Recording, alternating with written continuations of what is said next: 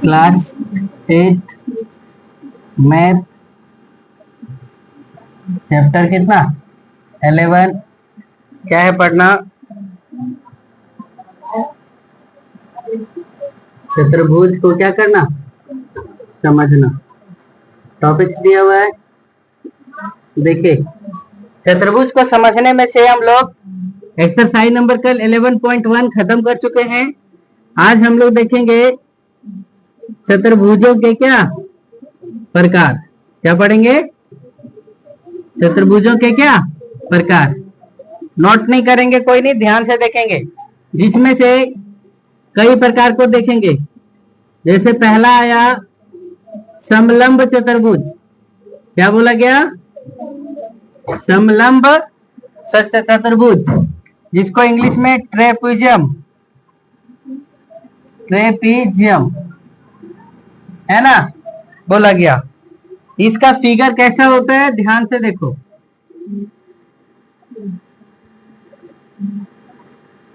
इस प्रकार का फिगर बना रहे, है ना, या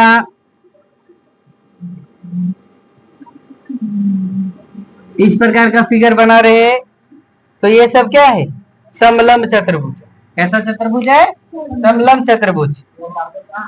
इधर होगा, है ना। कैसे इसकी परिभाषा क्या लिखेंगे? देखो, इसका परिभाषा में एक ही समझना। ये देखो, यहां से इसका ये क्या हो जाएगा? हाइट हो जाएगा। यहाँ से क्या हो जाएगा? हाइट। ये भी क्या हो जाएगा? हाइट हो जाएगा। और ये भुजा और ये भुजा, ये भुजा और ये भुजा कैसी भुजा हो गया? समानांतर। कैसी भुजा हो गया? बराबर नहीं, बराबर नहीं। कैसी भुजा? समानांतर भुजा। मतलब समानांतर किसे कहा गया? तो ए रेखा और ये रेखा, दो रेखा खींचे और दोनों के बीच की दूरी हमेशा क्या होना चाहिए? बराबर होगा। तो वैसी रेखा क्या कहलाती है? समानांतर रेखा कहलाती है। क्या कहलाती है? समांतर रेखा। तो देखो, समलंब चतुर्भुज कहते हैं किसको? उसकी परिभाषा एक ऐसा, इस प्रकार से लिखेंगे तो चतुर्भुज समझेंगे। एक ऐसा चतुर्भुज जिसमें जिसमें क्या? एक जोड़ी भुजा। जिसमें क्या? एक जोड़ी भुजा क्या हो? समानांतर हो। एक जोड़ी भुजा क्या हो? समानांतर हो। क्या कहलाती है? समलंब चतुर्भुज कहलाती है। क्या कहलाती है? समलंब चतुर्भुज कहलाती है। समझे? इसके बाद दूसरा टॉपिक देखिए, पतंग। कौन सा? इसका भी क्षेत्रफल उत्तरफल नहीं बताएं, हाले भी हम बता रहे हैं कि कौन सा चतुर्भुज देखेंगे तो कैसे इसको हम लोग समलंब बोल देंगे, कैसे क्या बोलेंगे। दूसरा आकार कौन सा बताया? पतंग का, है ना।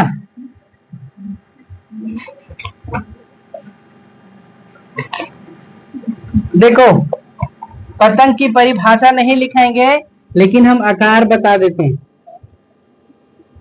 ये भुजा और ये भुजा बराबर होगा, है ना। और ये भुजा और ये भुजा क्या होगा? बराबर होगा। तो इस प्रकार का जो आकार बनेगा वो क्या कहलाएगा? पतंग कहलाएगा।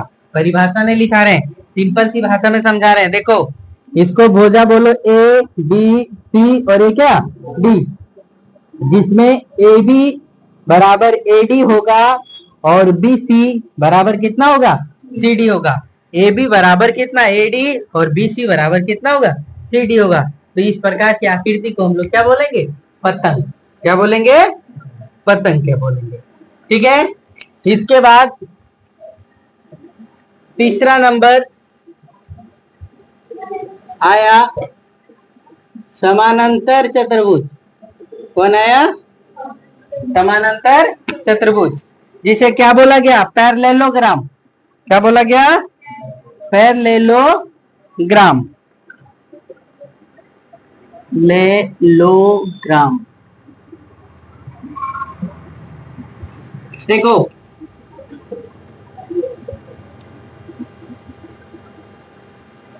इस प्रकार क्या आकृति रहेगा, ठीक है।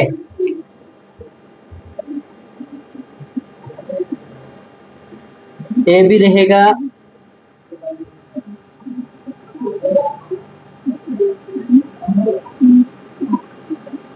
ए भी रहेगा, समझ गए क्या? और आपका ए भी रहेगा, है ना? जिस सिंपल सी भाषा में ये चीज समझना है, जिस चतुर्भुज की आमने सामने की भुजा समानांतर हो वह चतुर्भुज समानांतर चतुर्भुज कहलाता है। क्या बोले परिभाषा? जिस चतुर्भुज की आमने सामने की भुजा, देखो इसमें तो ये भुजा और ये भुजा समानांतर है, बराबर नहीं, क्या है? समानांतर है। इसमें ये भुजा और ये भुजा समानांतर है, इसमें ए भुजा और ये भुजा समानांतर है, इसमें ए भुजा और ये भुजा क्या है? समानांतर है। तो वैसे चतुर्भुज को क्या कहा गया? समानांतर चतुर्भुज कहा गया। क्या कहा गया? समानांतर चतुर्भुज कहा गया। देखो इसकी परिभाषा में लिखेंगे हम लोग कि ऐसा चतुर्भुज जिसमें सम्मुख भुजा, कौन सी भुजा? सम्मुख भुजा क्या हो? समानांतर हो, क्या कहलाती है? समानांतर चतुर्भुज कहलाती है। क्या कहलाती है? समांतर चतुर्भुज कहलाती है। अब सुनिए, एक आयत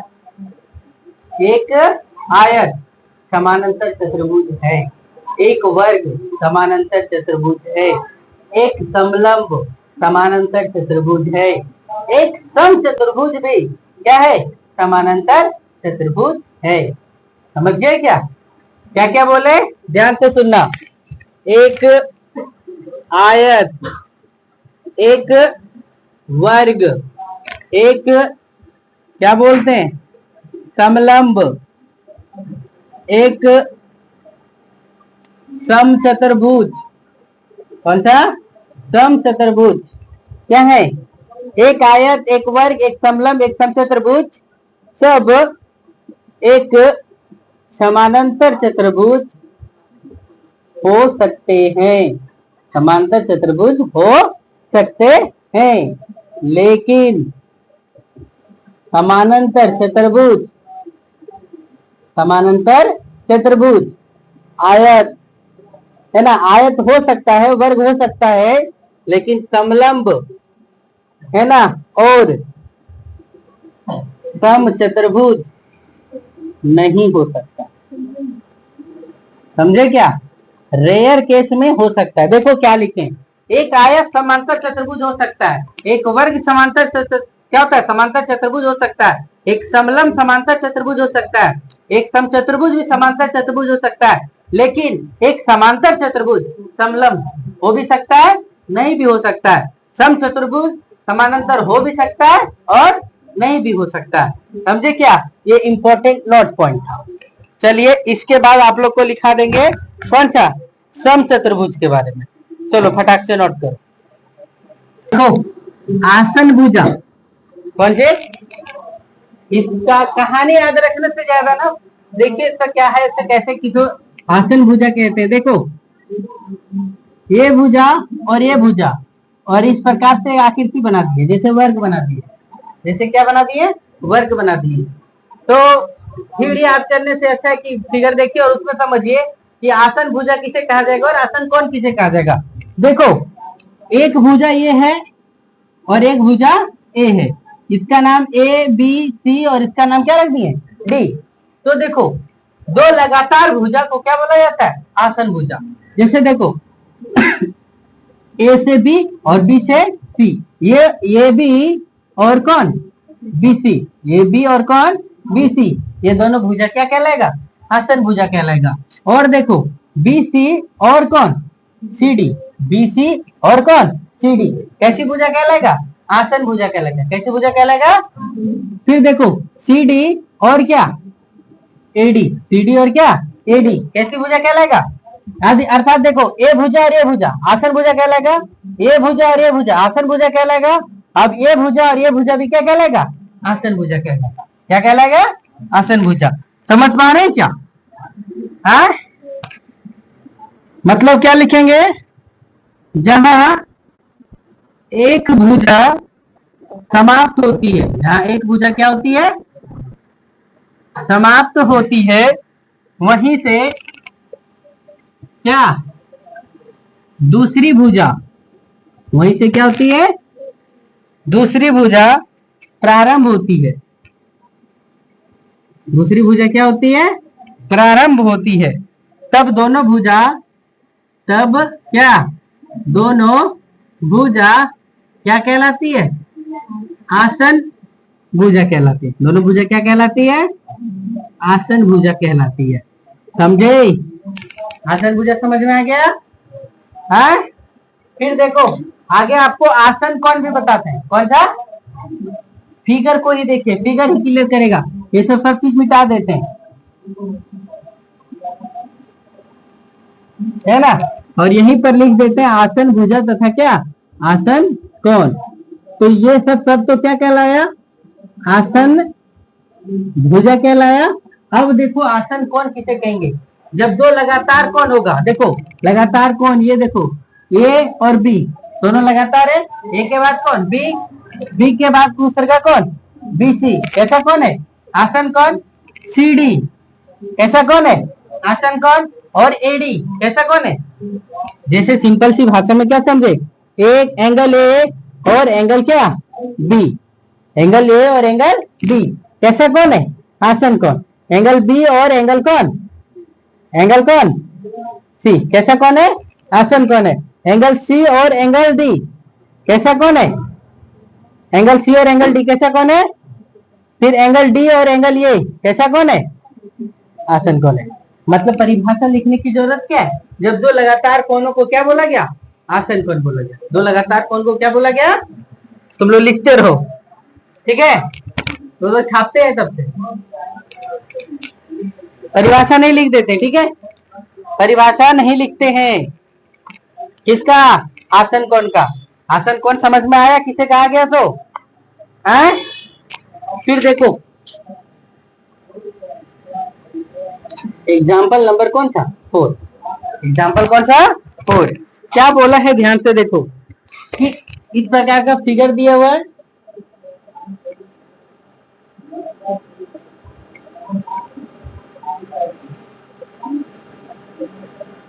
इस प्रकार का फिगर दिया हुआ है और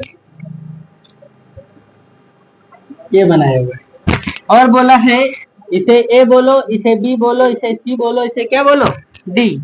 इसका एंगल का मान 1 दिया हुआ है, इसका मान 2 बोला है, इसका मान 3 बोला है, इसका मान क्या बोला है, 4। फिगर देखिए, और बोला है क्या, क्वेश्चन आकृति में ए बी सी डी कैसा है, एक कैसा समानांतर चतुर्भुज है।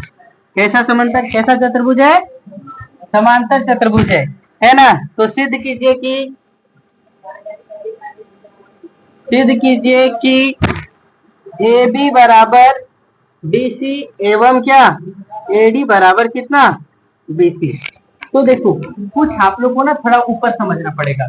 ये जो क्वेश्चन आपको दिया ना, ये क्वेश्चन क्लास 9 का है, किसका है, 9 का। यहाँ पर नहीं दिया हुआ है आपको कि कौन से समरूपता नियम से, सर्वांगक्षमता नियम से दोनों को बराबर सिद्ध करेंगे, है ना। वो जब हमें नहीं दिया है तो हमें अपने तरीका लगाना पड़ेगा, और उस तरीके से थोड़ा सा समझिएगा क्या बोल रहे हैं। तो देखो हल लिखो, और क्या दिया हुआ है कि ए बी सी डी एक क्या है, समानांतर चतुर्भुज है। कैसा चतुर्भुज है, थोड़ा सा दिमाग ऊपर रखिएगा, नीचे नहीं, 7वां नहीं 9वां क्लास का दिमाग ले जाइए।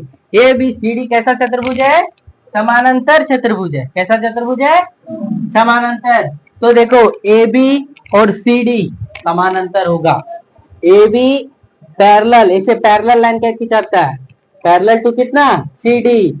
और क्या, बी सी पैरेलल टू कितना है, ए डी है। समानांतर है तो ए बी पैरेलल टू किसका है, सी डी का, और बी सी पैरेलल टू किसका है, ए डी का। और क्या दिया हुआ है देखो, दोनों में एंगल 1 बराबर एंगल 2 दिया हुआ है।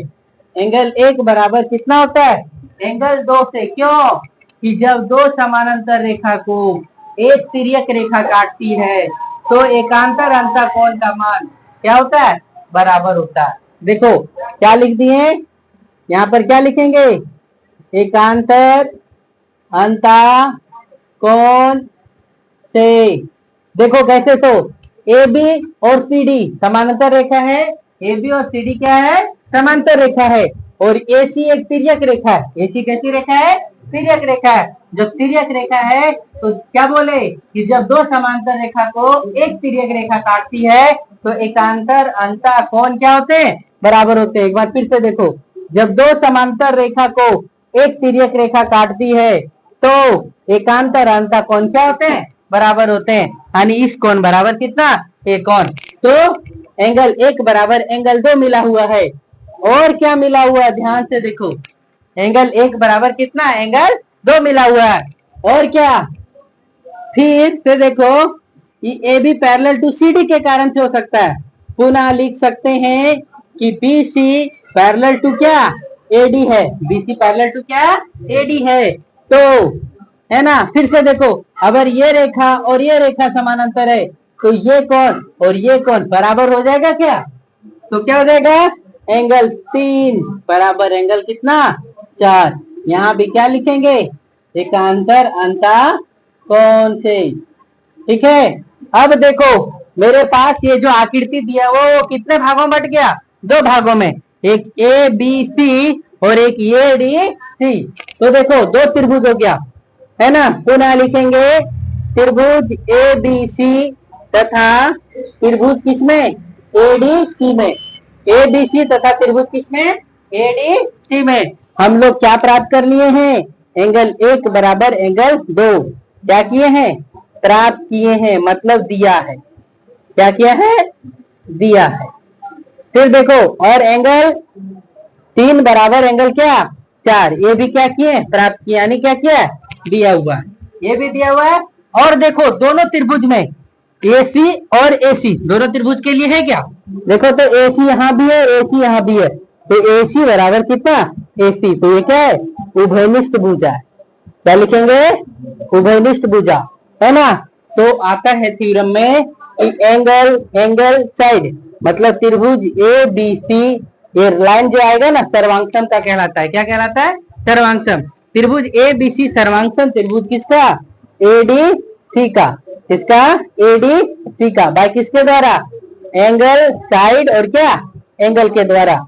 तो ये सर्वांगसमता नियम क्या कहता है, क्लास 9 में पढ़ेंगे कि सर्वांगसमता नियम कहता है कि यदि 2 त्रिभुज सर्वांगसम हो गए, सर्वांगसम मतलब सब चीज बराबर हो गया, मतलब एक त्रिभुज ये है और दूसरे का त्रिभुज ये है, तो दोनों एक दूसरे के ऊपर बराबर बराबर आ जाएगा, कोण भी बराबर, भुजा भी बराबर।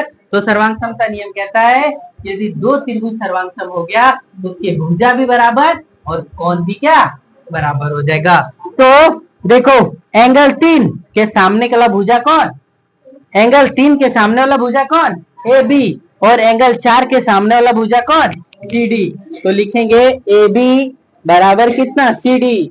एंगल 1 के सामने वाला भुजा बी सी और एंगल 2 के सामने वाला भुजा कौन, ए डी। तो क्या लिखेंगे, बी सी बराबर कितना, ए डी। ये सर्वांगसमता का नियम है और by C P C T से, समझे। चलो नोट करो, हमको यही चीज करने बोला था।